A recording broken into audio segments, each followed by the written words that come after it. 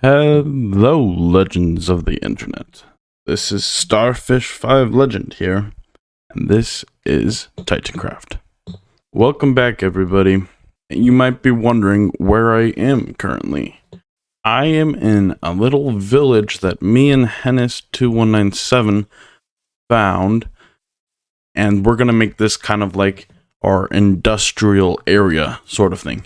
It's quite a bit far out. As you can see, the X is 13,000 blocks out. So it's definitely nowhere near anybody else. And on a live stream, we came and found this because we wanted to build a flower farm. So we had to find a flower forest, which we did. Perfect. And then we also wanted a squid farm.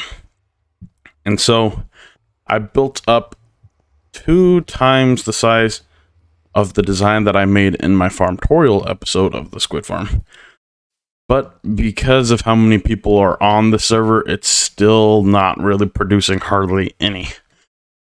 So we might need to improve that, maybe make a couple more of those over here or something like that, and hopefully get a little bit of ink sacs.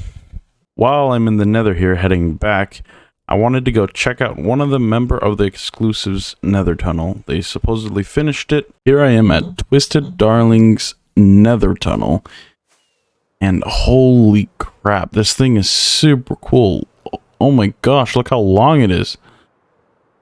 Wow, the spiral pattern is so cool. I love the block palette here. The red nether brick, the normal nether brick, the black stone, and the normal stone with some mossy. So good.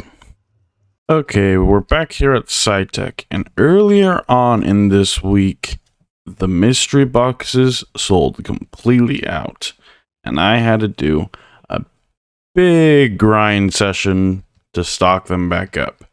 Thankfully I did, and I think we only have like 2 in stock still. I put 9 in there, and yeah, we only have 2 left, and so they sell super fast. So I'm gonna need to do another big grind session here sooner than later. Anyways, I'm gonna show a bit of a montage of me gathering all the resources to build those mystery boxes. I traded with my clerics to get glowstone and redstone. I sat AFK waiting for wheat to grow. I mined lots and lots of wood. I traded with my farmers to get more emeralds for the clerics. Even more wood. All the wood. I visited Big B to grab some honey. I used my newly designed spider farm to get some more string. Then after all that AFK, I watered down all the wheat to gather it up, and I made sure to replant it after I was done. That's kind of crazy. That less than a minute montage took me several hours, but that's okay. I had fun gathering all those resources. In this episode, though, I would like to do 2 major things. I would like to finish those magic pathways at the base, and then build up a flower shuffler for the industrial district so we can get lots of different dyes. Let's head to the base and finish those paths that I kind of have been procrastinating a little bit on. Okay, back here at the base, and I found a design that I actually really quite like. I was kind of working on this on the live stream that I did on Sunday morning. If you guys want to catch those, make sure to go to twitch.tv/starfish5legend, and I'll be doing streams roughly once or twice a week. I haven't set up a fully planned schedule yet, but I probably will in the future. Anyways, though, I really like what I did here, and I got help from some of you folks that were in the chat. And having the lantern still go up and kind of float off to the side really ties it in together, because it ties it into the path here, and it just looks really good in my opinion. Another thing that I did to kind of tie it together was it kind of melds into the path here. So like there's a little bit of glass here, glass there. It kind of just slowly transforms into the magic path. Same down here. It kind of slowly transforms back into the blackstone. I really like the effect that gives. So I think I'm just going to continue that pattern over here. I started to work on this one, didn't finish it, so we'll do that today. And then we'll also put one in right there and do the one right there as well. So let's get to it.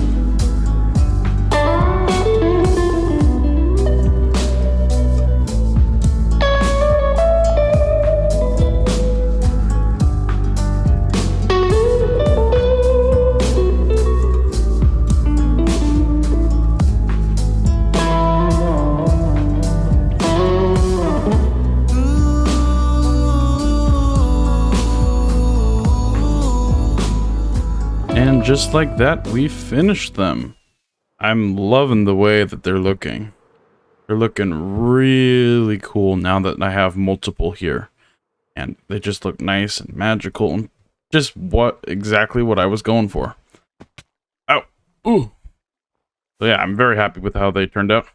I'll probably add some more when we make a couple more islands for different buildings and such. Here I am back at SciTech. I was just doing a quick restock and everything, but Mr. Toby Worm here wanted to play a game of stat poker. So, let's see. Cake slices eaten. Let's look. 2 slices. That's a lot, right? We can totally do a lot. We each do an ante of 1 diamond. Call or raise 4. Fold. And he folds, which means I take the diamonds, even though I have only 2. We have interactions with the smithing table. So we put our ante in. The interactions with the smithing table. 34. That's a decent amount, but I'm not sure on this one. He's got netherite hat. He is raising 3 diamonds. I'm going to match that. What was mine again? 34. 34. No. He beats me with 74. And takes the diamonds.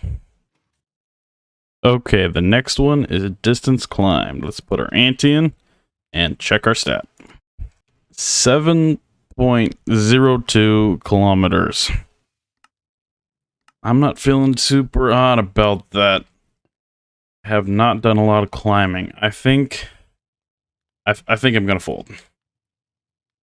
Let's not give away my diamonds for free here. Okay, now it's my turn to press the button. Distance crouched. Now that's a bigger number. They're 27.6 kilometers. I think that's pretty good. I'll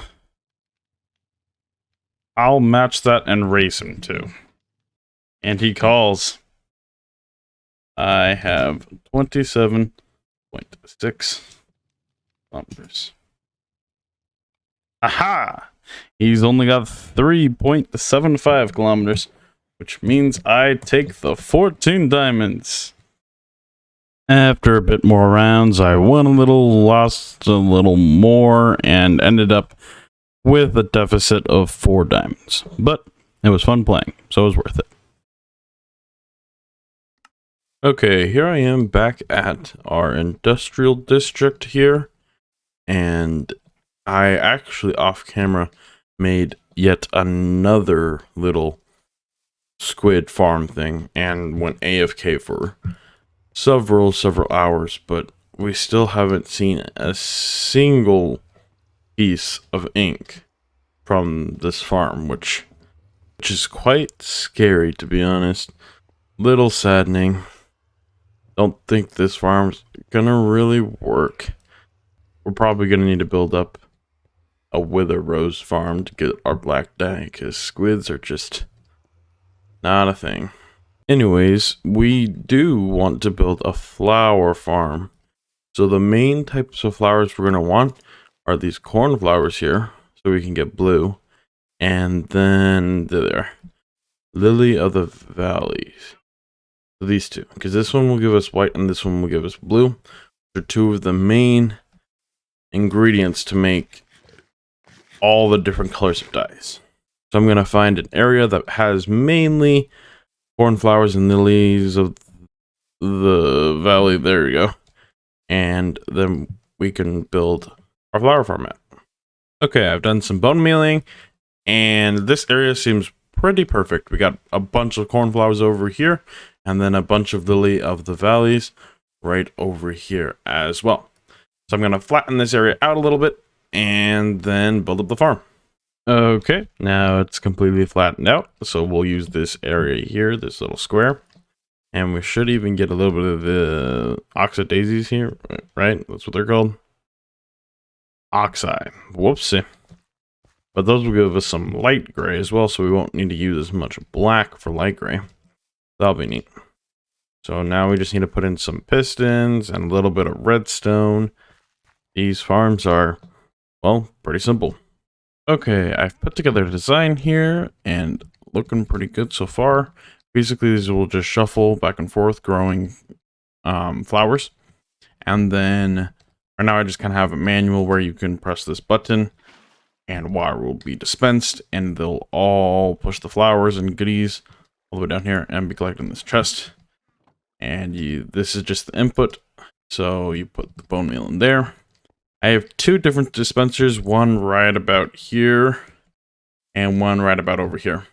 So every time that this shuffles, it will dispense two different bone meal to hopefully grow as many flowers as possible. So that should have given enough time to take some of that in. So if we go over and press this, there we go. Look at that. It's beautiful. Getting all those cornflowers and lily of the valley. And then when we want this to stop, because we can just press that button and then press this button up here, and it will flush all the flowers into those hoppers.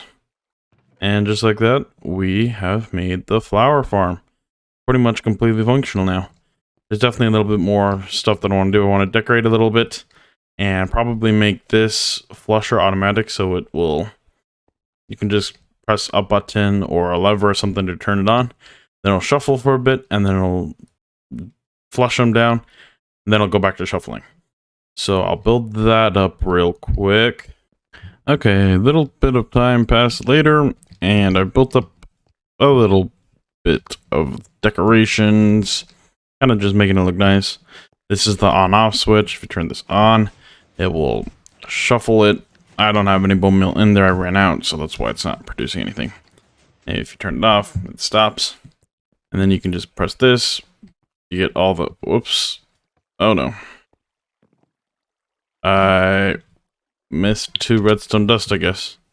There we go. Let's try that again. Perfect.